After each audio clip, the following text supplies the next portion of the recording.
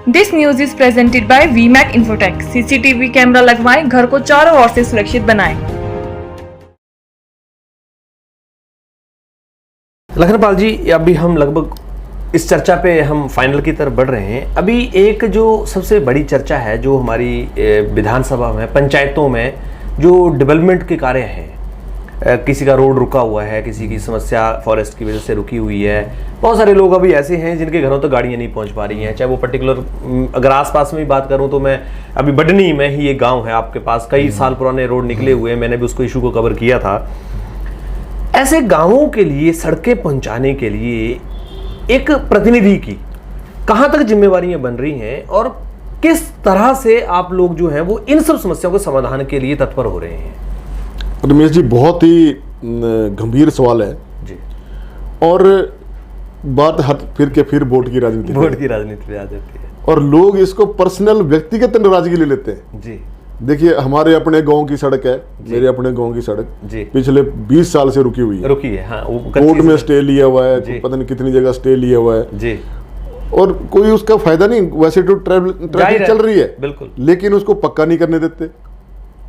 लोग जिद मान लें इसको, जिद मानते हैं जी। अच्छा, जैसे आपने बढ़नी गांव की बात की, ऐसे बहुत से गांव हैं जी जहां लोगों ने श्यामलाद भूमियों पे कब्जे किए हुए हैं और फिर उसको वो अपने स्वामी बन गए हैं जी। अब स्वामी बन गए हैं तो वो लोग हैं जिनका राजनीतिक प्रभाव है जी, और राजनीति के चलते जो अफसरों को काम नहीं करने देते जी, और फिर जो कर्मचारी उनको काम नहीं करने देते।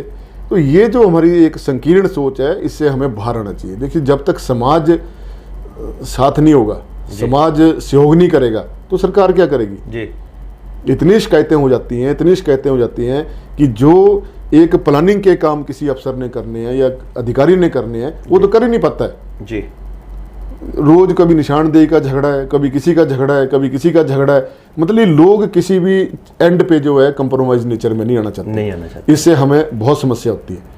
हम व्यक्तिगत तौर पर, मैं आपको बात बता रहा हूँ, हम किसी का नुकसान करना नहीं चाहते जी। हम सबको एक नज़र से देख के उसको लाभ देने की बात करते हैं। लेकिन लोगों ने क्या है, हर चीज़ को राजनीतिक उससे बांट दिया हुआ है जी। इस नाले से पार बीजेपी के लोग, इस नाले से पार कांग्रेस के लोग, इस नाले से पार कम्युनिस्ट के लोग, और बीच में लोग पिस रहे हैं। पिस कौन रहा है? जो जेन्युइन आदमी है, जो बेचारा आवाज नहीं उठा सकता, जिसको अपनी माँ को कंधे पे उठा के या कुर्सी पे उठा के हॉस्पिटल लेना चाहता है। देख रहे हैं लोग सामने कि उठा के ले जा रहा है। हाँ, लेकिन मदद नहीं करेंगे। ये बीजेपी का, ये दूसरी पार्टी का। यहाँ से तो सड़क बननी नहीं चाहिए, ये कांग्रेस का विधायक है, इसके होते तो होने नहीं चाहिए। ये सोच जो है बहुत बुरी सोच है। लोगों को इन चीज़ों से ऊपर उठ के सद्भावना से काम करना चाहिए और एक दूसरे, देखिए, अब किसी की गांव में मृत्यु होती है जी, अब बढ़नी में किसी की मृत्यु होगी तो क्या गुहारे के गांव वाले वहां उसको लकड़ी डालने नहीं जाएंगे? जाएंगे, बिल्कुल जाएंगे। भाईचारा है। बढ़नी में किसी के शादी ब्याह हो रहा है तो क्या गुहारे के लोग वहां शादी में अटेंड करने नहीं जाएंगे? बिल्कुल जाएंगे, खूब मौज मस्ती करेंगे।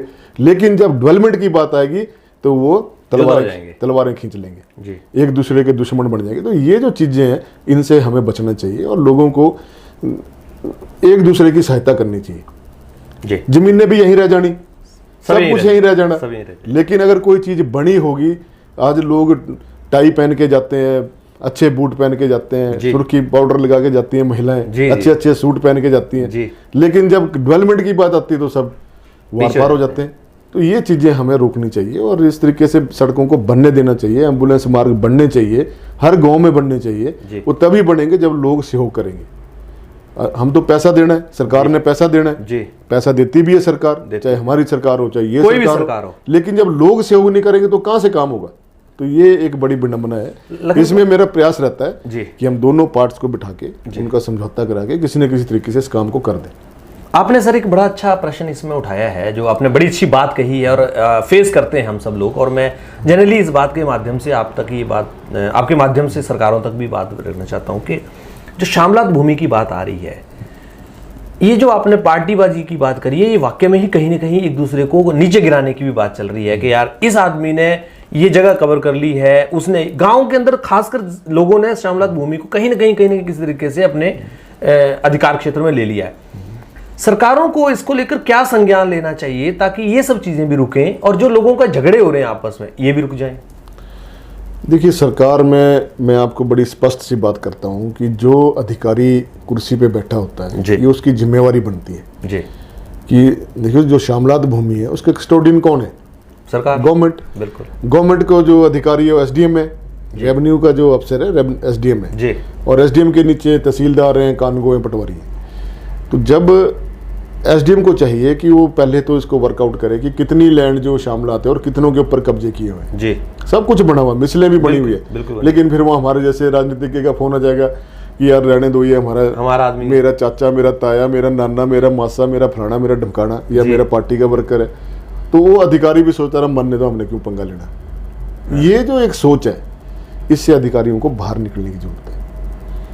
जब वो बाहर निकल के काम करेंगे तो किसी भी नेता की हिम्मत नहीं होगी कि वो आपको फोन करे। जी, क्योंकि आप कस्टोडियन है। यस। अगर मेरी जमीन पे कोई कब्जा करता है तो मैं कितने सुप्रीम कोर्ट तक लड़ाई लड़ता हूँ। बिल्कुल लड़ते हैं। और सरकार को क्या तकलीफ है कि वो अपनी जमीन में हुए कब्जों को बाहर ना निकाल सके। यहाँ ऐसे लोग हैं जिनको जमीन की जरूरत है, गरीब आदमी है जिनके पास, कई ऐसे लोग हैं जिनके पास घर बनाने 2 मरले जमीन नहीं है, घर बनाने को जगह नहीं है। बिल्कुल। तो एक अगर मेरे पास अपनी 50 कनाल जमीन है और फिर उसके बाद सरकार की 30 कनाल पे मैंने कब्जा किया हुआ है, तो वो तो कोई जस्टिफिकेशन नहीं बनती जी। लोगों को स्वेच्छा से छोड़ देनी चाहिए या गवर्नमेंट को उसका समाधान निकलना चाहिए जी, ताकि लोगों को उसका लाभ मिले। लेकिन ये जो राजनीतिक जो हस्तक्षेप है ये बहुत ज़्यादा है आज भी हमारे अंदर। हालांकि लोग कोर्ट से भी जाके वो करवाते हैं, ऑर्डर करवाते हैं, फिर भी तो खोलनी पड़ती है, वो खोलनी पड़ती है। तो क्यों ना समय रहते इन चीज़ों को बदला जाए। और अधिकारियों की भी समस्या है, जो अधिकारी इस प्रकार के डिसीजन लेने लग जाता है उसको तीसरे चौथे दिन या 6 महीने के बाद पैक करके भेज देते हैं जी। अभी हाल ही में मैं कल ही सोशल मीडिया में देख रहा था कि पालमपुर के एसडीएम को उठा के काजा भेज दिया जी। उसने एक बहुत बड़ा फर्जीवाड़ा जो है जी प्रदेश के अंदर पकड़ा जी। जो ये बड़े बड़े धनाढ़े लोग जो BMW गाड़ियाँ, पता नहीं कौन कौन सी गाड़ियाँ, मुझे तो नाम भी पता नहीं है इनके, बॉम्बे में आदमी रह रहा है और रजिस्ट्रेशन जो है पालमपुर में हो रही है, इंदौर में हो रही है या मंडी में हो रही है, करोड़ों रुपए का राज सब चूना लग रहा है, फर्जाबाड़ी हो रही, 25-30 लाख रुपए का वो लेन देन हो रहा है जी। तो जब ऐसे अधिकारी कोई काम करना चाहते हैं उनको आप प्रताड़ित करते हैं, तो ये इसमें बहुत सारी चीज़ें इन्वॉल्व हैं, पैसे वाले इन्वॉल्व हैं, पॉलिटिशियन इन्वॉल्व हैं, जिस जो एक सच्चा जो अधिकारी वो काम नहीं कर पाता। फिर अधिकारी के जो काम करना भी चाहता है उसके मन में भी रहते कि मैंने क्यों पंगा लेना जी, मैंने क्यों अपने परिवार से दुश्मनी लेनी जी, मैं क्यों किसी का दुश्मन बनूं। तो ये जो एक सिस्टम है हमारे सोसाइटी में, इसको बंद कर। आज भ्रष्टाचार, हालांकि जयराम सरकार जितना मर्जी बोले हमारी सरकार में कोई भ्रष्टाचार नहीं हो रहा जी, लेकिन भ्रष्टाचार की कोई सीमा भी नहीं है।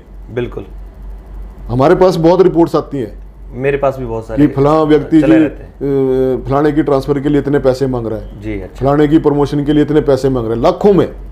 तो मैं हैरान होता हूँ कि आखिर हम करना क्या चाहते हैं, किस प्रकार का संदेश हम नई जनरेशन को देना चाहते हैं।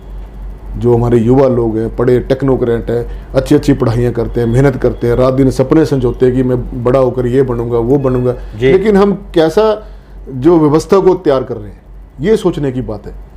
भ्रष्टाचार तो तब खत्म होगा जब हम खुद भ्रष्ट नहीं होंगे। बिल्कुल, जब मैं मांगने ही लग पे आ जाऊंगा, सबसे भी ये ला अपने 4-10 एजेंट रखूंगा, इससे भी पकड़ उससे भी पकड़, तो उससे और बड़ा चलो लोग वैसे हो जाएंगे। लाइसेंस बनाने में इतना फर्जी बढ़ा है, कोरोना काल के समय में 5-5 हज़ार रुपये 10-10 हज़ार रुपये में लाइसेंस यहाँ पर बिके, ड्राइविंग लाइसेंस। अच्छा। और फिर अभी आपको याद होगा कि वो एक सस्पेंड हुआ आदमी, लाइसेंस के उसमें 3 आदमी इन्वॉल्व हुए जी, पर वो दबा दिया गया मामला। यहाँ बड़सर की ड्राइविंग लाइसेंस, बड़सर की बात कर रहा हूँ। बहुत से ऐसे केसेस हैं, IPH विभाग है, PWD है, फॉरेस्ट विभाग है, अभी वन विभाग में हमारे ही बड़सर विधानसभा क्षेत्र में 3 करोड़ का घोटाला है। मैंने विधानसभा में भी इस मसले को रखा। ये जो चेक डैम बनते हैं, IDP जो प्लान प्रोजेक्ट है जी, उसके माध्यम से चेक डैम के लिए 3 करोड़ रुपए के घोटाले हुए मेरे विधानसभा क्षेत्र में। अच्छा जी, टेंडर ही नहीं हुए, टेंडर हुए कागजों में, अच्छा, पैसा भी ले लिया और धरातल पे कोई काम ही नहीं है।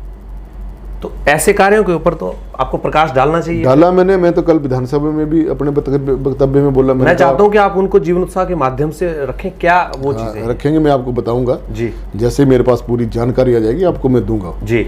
मतलब कि इतना मतलब करोड़ों अरबों रुपया सरकार दे रही है। और फिर अब ये जो जल जीवन योजना जो चली है जी, ये जो अब पाइपों की बात मैं आपको बताऊं, इसमें इतना घोटाला हो रहा है जिसका कोई हिसाब नहीं है। ऐसे ही बंटी जा रहे हैं पाइपें।